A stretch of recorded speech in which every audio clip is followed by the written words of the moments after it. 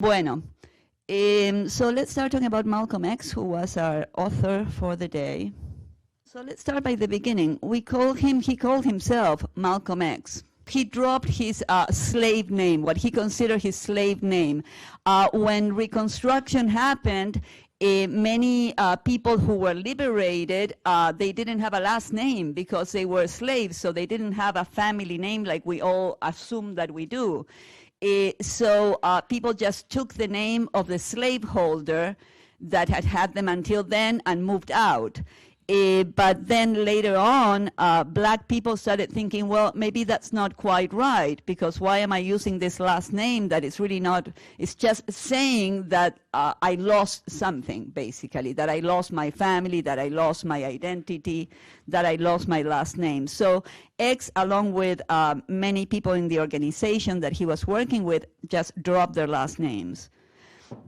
So he was born to a family of 8 children in Nebraska. The mom was a homemaker and the father was a Baptist minister. He was a supporter of Marcus Garvey. And Garvey had that particularity that he thought that there was no way that people of color, especially black people that came out of slavery, would ever be free in this country. So he thought that there should be a state that was given to them in the United States first as preparation to then going back to Africa, because his idea was that there was no way this would work out within the United States.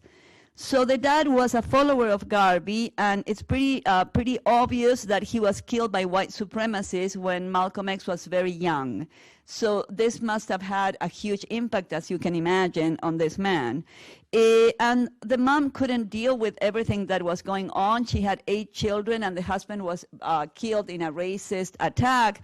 And she was eventually committed to a mental institution, and the kids were all sent to different orphanages and different places. So the family was atomized, pretty much. So even though all this was going on, Malcolm X did very well in school until middle school. Then in middle school, he talked with one of his teachers, and he said that he wanted to be a lawyer. And the teacher, a racist, evidently told him that this was not, something that a person of color could really aspire to, that he had to find something that would be a nice job for and he spelled out the N-word. So X is a very, very smart person.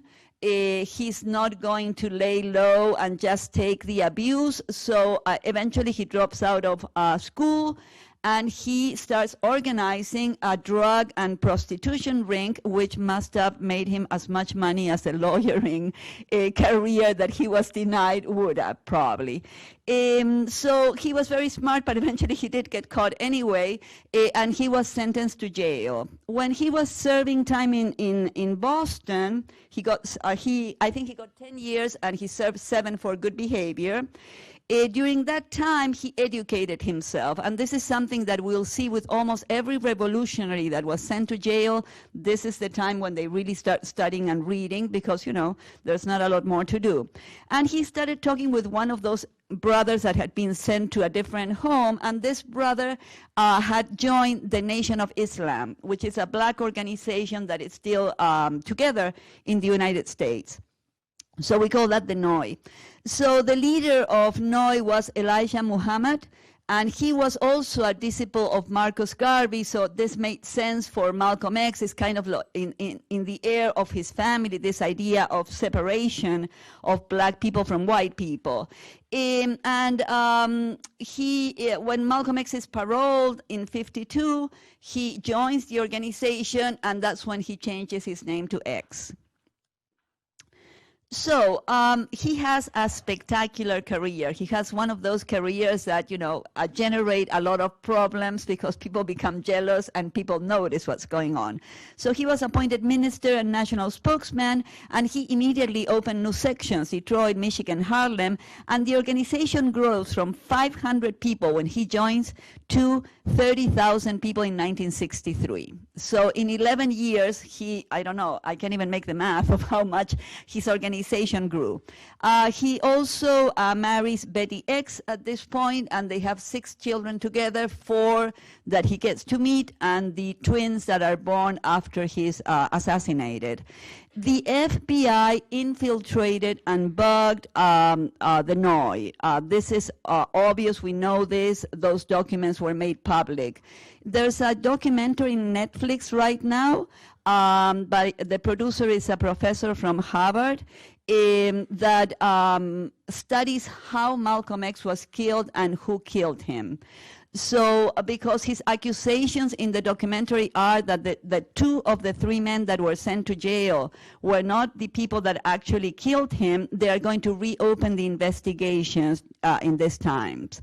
So it's an interesting time to talk about what happened with Malcolm X. What we do know for sure is that the FBI had a hand in what happened there. So the nation's teachings, Noy's teachings, were very similar to Garvey's. Black people are the original people of the world. Nowadays, anthropology and archaeology tells us that this is true, that humans were first appeared as humans. What we recognize as a human being appeared in Africa.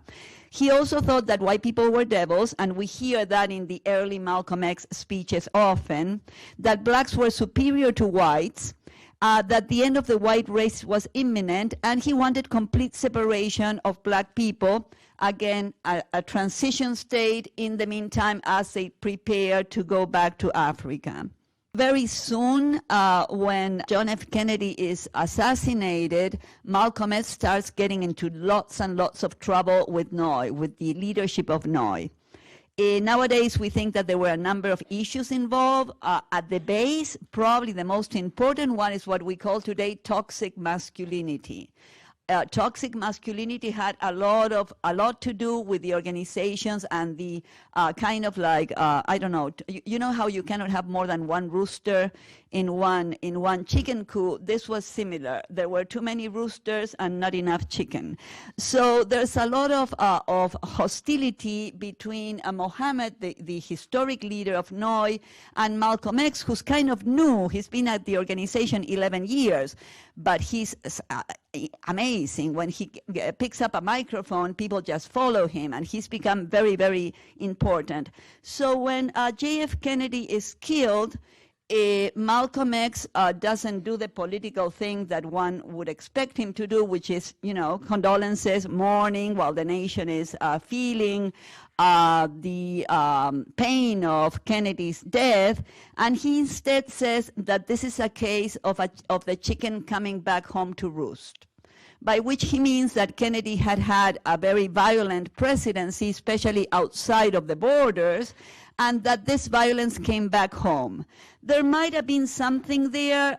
Many people think that it was Kennedy's betrayal of the right-wing Cubans at the Bay of Pigs that got this man to kill him. He had connections with the Soviet Union, and he had connections with Cuba. So there might have been something there, but in any case, it wasn't the political thing to say at the moment. So Muhammad, who had already a lot of problems with Malcolm X at the time, suspends him for 90 days. He cannot speak. He's told that he's got to be quiet for 90 days. And Malcolm X at this point is kind of proud of himself, and he doesn't take it easy. And he finds out on top of it that although the organization was apparently very Muslim, and that there were lots of rules about the personal life of every one of its members, it wasn't just a political party, he had fathered children with several young women, Muhammad. So Malcolm X then feels that he's been gagged, and on top of that, he has a disillusion with the morals of the leader of the organization, and there's a lot of media attraction, so eventually he's expelled from NOI. Muhammad Ali, he was a close friend of Malcolm X. He was a member of NOI. So when you see the documentaries on Muhammad Ali, check out that this is a reason why he doesn't want to go and fight in Vietnam. Why did he say? Anybody remembers why Muhammad Ali didn't fight in Vietnam? He refused to fight. He was incarcerated, and after that his career was destroyed. Specifically, what he said was, no VC, no Viet Cong, no Vietnamese ever call me the N-word. So why would I go and kill these people that have treated me decently when I'm being treated very badly in this country? So after that, he was arrested, as I mentioned, and his career was destroyed. So once Malcolm X leaves Hanoi, he goes to Mecca. He goes to Mecca for a pilgrimage, very important in Islam to do this pilgrimage at least once in your life. And when he arrives to Mecca, he realizes that there are white people there, that there are white people who are not racist, that he thinks of them as his brothers. So then he started thinking, well, maybe then through Islam, it's possible for black and white people to work together in this country and end racism. So he has a huge change of mind at that point. He starts making more connections with the civil rights activists, and he gives the speech, The Ballot or the Bullet. So let's listen to the speech for a second here, because initially Malcolm X was extremely critical of the civil rights leaders, especially Martin Luther King. Well, nonviolence is one of the things that has disarmed the so-called Negro here in America.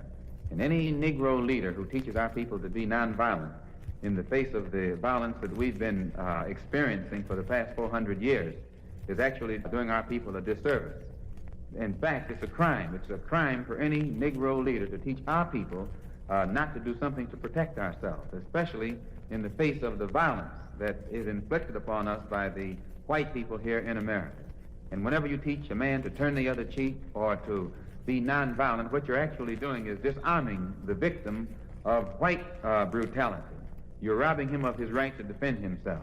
In fact, the only time it's intelligent to be nonviolent is when you're dealing with someone else who's nonviolent. I'm nonviolent with those who are nonviolent with me. This is intelligent. But just as you see other people doing whatever is necessary to protect themselves, it's time today for the 22 million Afro-Americans to feel free to do whatever is necessary to protect ourselves. Take, for an example, in the Constitution, it gives a person the right to have a rifle or a shotgun. And in areas in this country where the government has proven itself either unwilling or unable to defend the black people, it is time for the black man to stand up and start defending himself. Not to go out and initiate acts of aggression against whites or initiate acts of aggression against anyone. But in areas where we see that the government will not protect us or defend us or find those who have brutalized us and made us the victims for the past 400 years, then it is time for us to do whatever is necessary to defend ourselves. And it should be emphasized that by this I don't mean that we should go out and look for trouble or start trouble or initiate acts of aggression. But we should feel that we're within our human rights, our civil rights, and within the rights of intelligence to do whatever is necessary when we are attacked to defend ourselves. In fact, the best thing to teach our people is never to be the aggressor, never to look for trouble. But anytime anyone makes any effort to brutalize us or to inflict wounds upon us, we should feel that we are within our rights to do whatever is necessary to repel them. Do nothing unto anyone, but always do whatever is necessary to keep others from doing to you, which they've been doing for the past 400 years, making us the victims of brutality. But is it not a fact, Minister, that people like Dr. Martin Luther King, who have advocated nonviolence, have been successful with their nonviolent moves? Well, they've been successful in going to jail. They've been successful in becoming the victims of police dogs and police clubs and water hoses.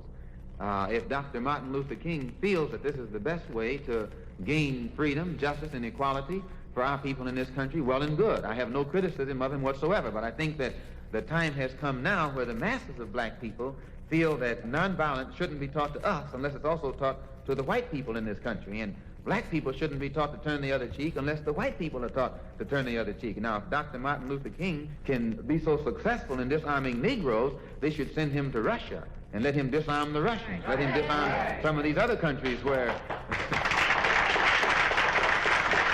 So this is a critique to the human rights leaders that he, later on when he came back from Mecca, he dropped that. There are excerpts of his talks where he says that this is not the time to beg for a cup of coffee at the white man's counter. what we thought of as the sit-ins that we thought were so radical and so engaged. And, you feel for these people who are being brutalized by white people in the South. X thinks that is just begging from white people, and that what black people should do is have their own businesses, their own organizations, vote for their own candidates, as he's saying here, complete separation from white people. So when he's touring outside of the United States, he was invited to join the governments of Egypt. Nasser was there, and Algeria.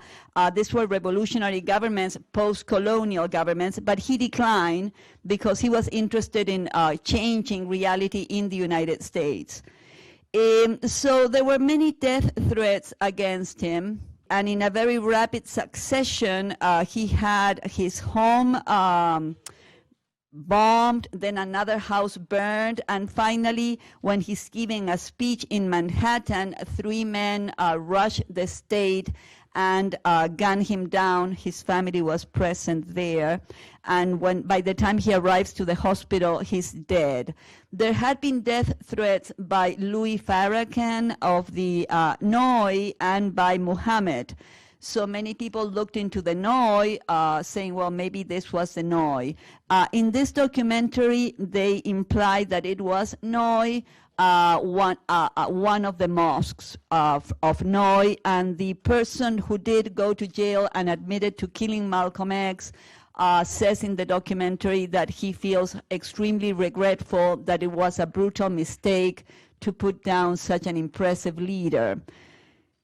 But the FBI involvement is something that might come up if this is taken to court again, as they said they would after this documentary was aired. We do know that the FBI had heavily infiltrated the organization, and that the person that had infiltrated the organization was creating, making the difficulties between Mohammed and Malcolm X even worse, and that there was a meeting between the killer and this FBI agent the night before Malcolm X was killed. So Malcolm X was very influential when he was alive, and the Black Panthers, that were an organization of black people in the West Coast, initially followed his ideas of focusing on the issue of blackness in the United States and trying to support in different ways black communities.